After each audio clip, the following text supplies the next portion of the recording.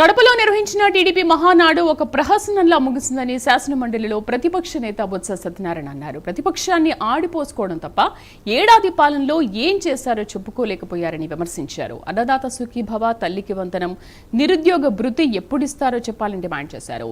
10వ తరగతి పరీక్షల వాల్యుయేషన్ నిర్వహణలో ప్రభుత్వం విఫలమైందని బొత్స ఆరోపించారు.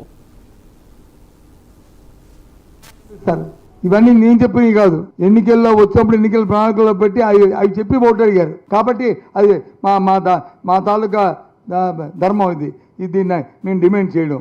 మహానాడంతా ఆత్మస్థుతిని పరనింద, దాంతోపాటు అబద్ధాలు, వాస్తవ విరుద్ధాలు, ఏదో విధంగా పెద్దలు మభ్య పెట్టడం, లేదంటే ఒక రెండు డంప్లింగ్ ఆర్టిస్టులు తీసుకొచ్చి వాళ్ళతో మాట్లాడించి దాని నుంచి ప్రజల మైండ్ని డైవర్ట్ చేయడం.